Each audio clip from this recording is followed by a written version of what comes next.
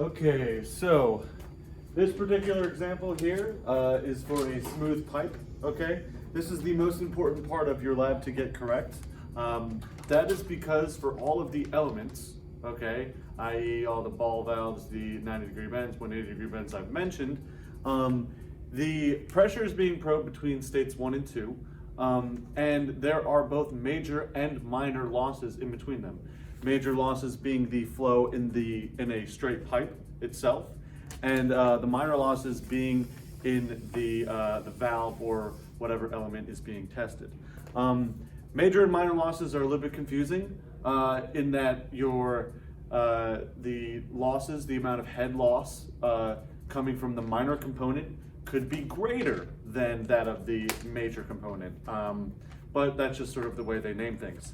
Either way, so we have a section of smooth straight pipe where the flow starts out. We have P1, V1, Z1.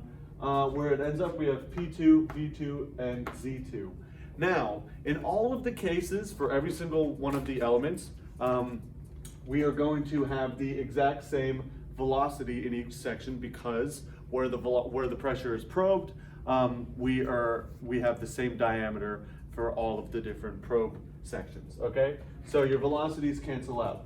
Additionally, all of the elements will have the z heights cancel out. Most of the elements are on the same horizontal plane, okay? But even the ones that are not, the change in heights will end up canceling out based on the way the experiment is set up, and I'll get into that in a little bit. So basically what you end up having here after you cancel all those out is you have your pressure difference here is a sole result of your major head loss, and indeed all the other head losses. You got to get into doing theoretical calculations to predict your smooth pipe behavior, and they should be able to compare directly to the pressure difference that you get in the LabVIEW simulation. Okay, in the LabVIEW data acquisition. Okay, so your major head loss is equal to your friction factor times length over diameter. That's the length of the pipe. You have some length here. I'll write it. Some length here.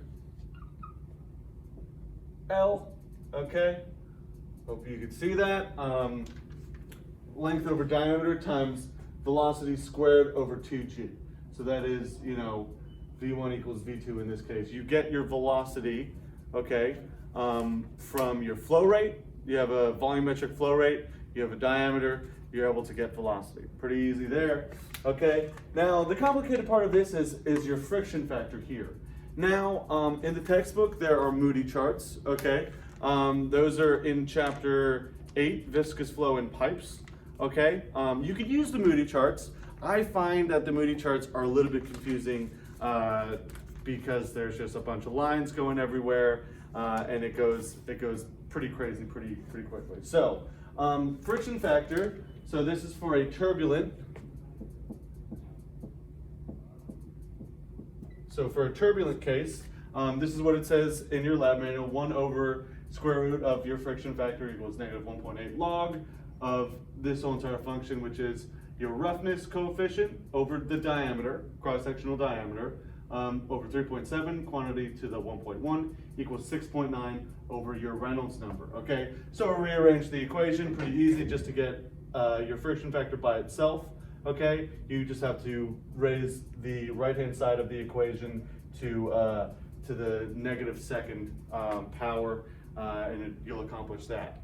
Now, your roughness value here is in meters, okay? For a smooth pipe that is PVC, glass, and various other types of smooth plastic is going to be 0. So that means that this particular term here will get canceled out, okay? So basically all you'll have to do is this portion over here for the turbulent case. Now, it's important to note that this is when Reynolds number is greater than 2,100. Realistically, what you have in your closed flow and pipes is you have below Reynolds number of 2,100. It's a laminar case. So for that case, your friction factor here, So friction, so for laminar, your friction factor equals 64 over RE. So basically that replaces this whole equation. But in the case of this lab, I'll let you in on something. We're never going to get a low enough flow rate to have a laminar result, okay? And in this lab, for the purpose of our lab, we're going to assume anything over 2,100 is turbulent. In reality, you will have a transition region from 2,100 till about 4,000 or so. But we are just going to assume for the purposes of our lab that it is turbulent after 2,100.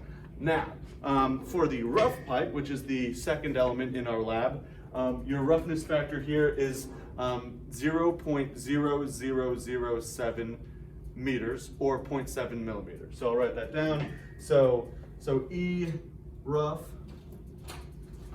equals 0.0007 meters, okay?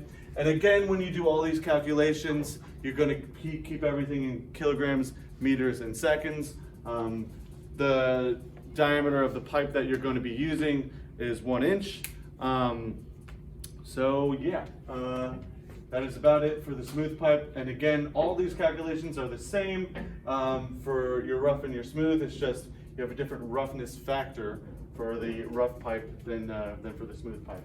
Another thing that's important to know is these friction factors are going to change with velocity. So with your flow rate that changes, your velocity is also going to change, which is also going to change your Reynolds number here. So you can see this RE value, that is your Reynolds number. Okay, your Reynolds number is calculated by rho of the water, so density of the water times velocity times the diameter over mu, which is your dynamic viscosity. Mu you can find in your book. You're going to assume you have room temperature-ish values, so 20 degrees centigrade for your temperature of water. You could then find the correct dynamic viscosity and the correct density for those instances.